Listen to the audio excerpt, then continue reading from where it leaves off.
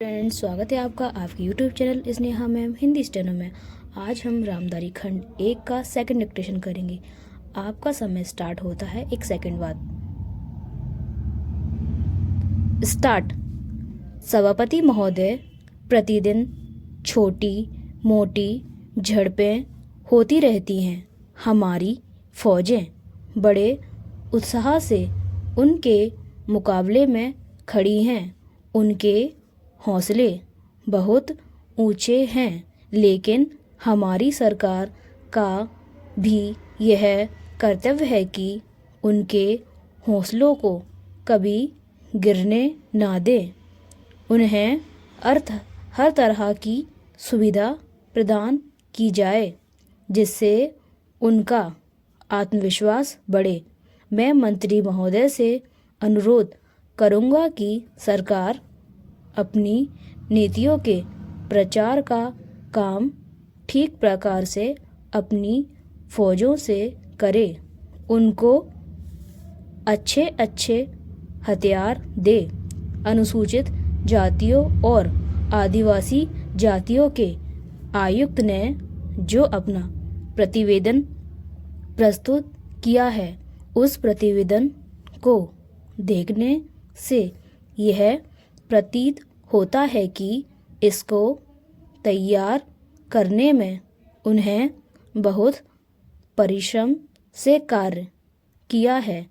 इसके लिए मैं उनको और उनके सहयोगियों को धन्यवाद देता हूँ, परंतु साथ ही साथ इस प्रतिवेदन के संबंध में कुछ आवश्यक निवेदन भी करना चाहता हूँ।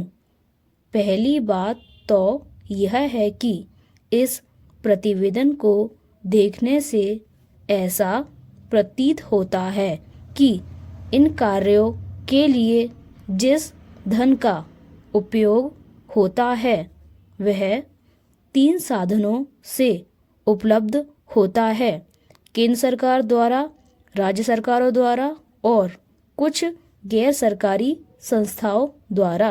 प्रतिवेदन के अनुसार जितना धन इन कार्यों पर व्यय करने के लिए दिया जाता है, उतना धन पूरी तरह से व्यय नहीं हो पाता।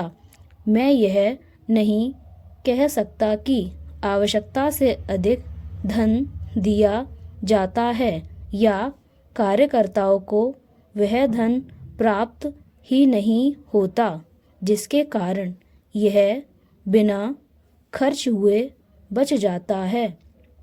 मैं तो यह चाहता हूँ कि जितना धन दिया जाता है उसका पूरा उपयोग हो और आयुक्त को यह ना कहना पड़े कि इस कार्य के लिए जितने धन की आवश्यकता थी उतना धन नहीं मिल पाया और विवश होकर हमको उस कार्य को बीच में ही रोकना पड़ा। जहाँ तक राज्य सरकारों का संबंध है, बहुत सी राज्य सरकारें अभी तक इस कार्य में असावधानी से काम ले रही हैं और इस कार्य को उपेक्षा की दृष्टि से देखती हैं। आयुक्त ने इस बात की शिकायत की है कि बहुत सी राज्य सरकारें अनेक पत्र भेजने के बाद भी अभी तक अपनी रिपोर्ट नहीं भेजी है। मैं चाहता हूँ कि सरकार इस तरह निष्ठापूर्वक ध्यान दे।